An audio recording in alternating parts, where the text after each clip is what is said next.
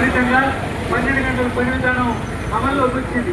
గతంలో మహిళలు రాత్రిపూట పని మహిళలు చేయకుండా నిశ్చింతం ఫ్యాక్టరీలు, కానీ వాళ్ళ మహిళలు కూడా రాత్రిపూట పని చేయాలని ఒకవైపు అత్యాచారాల గురించి అలాగే అంచువేతల గురించి మాట్లాడుతూ రెండో వైపు మహిళల్ని పిల్లలు కూడా రాత్రిపూట పని చేసే విధంగా ఇవాళ ప్రభుత్వాలు చట్టం తీసుకొచ్చినాయి.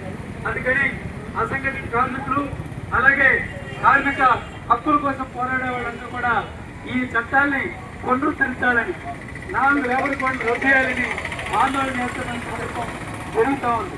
అలాగే ఇవాళ దేశవ్యాప్తంగా కార్మికుల దుస్థితి మరీ దారుణంగా పెరిగిపోయింది. వలస కార్మికులు ఒక ప్రాంతం నుంచి మరొక ప్రాంతానికి పెద్ద ఎత్తున అక్కడ ఉపాధి లేక వలసలు వెళ్తున్న స్థితిని మనం గమనిస్తున్నాం. ఒరిస్సా నుంచి, బీహార్ నుంచి, ఉత్తరప్రదేశ్ నుంచి వలసలు పెద్ద ఎత్తున పెరుగుతున్నాయి. ఇవాళ నోయిడాలో నిన్న ఏప్రిల్ 13వ తేదీన 15,000 జీతం కాదు మాకు 20,000 జీతం పెంచాలని ఆందోళన చేస్తే వాళ్ళ మీద లాఠీచార్జ్ చేసింది. దానికి వ్యతిరేకంగా చుట్టుపక్కల మనేసారు అలాగే వాణిపట్టు ఈ ప్రాంతాల్లో ఉండే కార్మికులందరూ కూడా పెద్ద ఎత్తున వీధుల్లోకి వచ్చి ఆందోళన చేశారు. ప్రభుత్వమే పోలీసులే కార్లు తగలబెట్టి కార్మికుల మీద కేసులు పెట్టారు.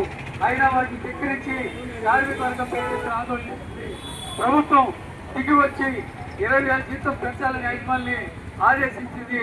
వాళ్ళ జీతాలు పెంచారు.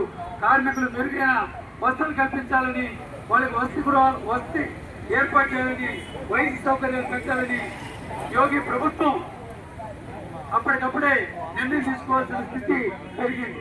ఇవాళ నోయిడాలోనే కాదు దేశవ్యాప్తంగా ఆందోళనలు పెరుగుతున్నాయి. ఏదైతే సాఫ్ట్వేర్ పరిశ్రమతో అది ఇవాళ ఓటుబాటు జరిగి అనేక మందికి ఉపాధి లేకుండా జరుగుతున్న పరిస్థితి ఉంది. ఆర్టిఫిషియల్ ఇంటెలిజెన్స్ పేరుతోటి అనేక మంది ఉపాధి పెరుగుతూ ఉంది. బ్యాంకుల్లో, ఇన్సూరెన్స్ లో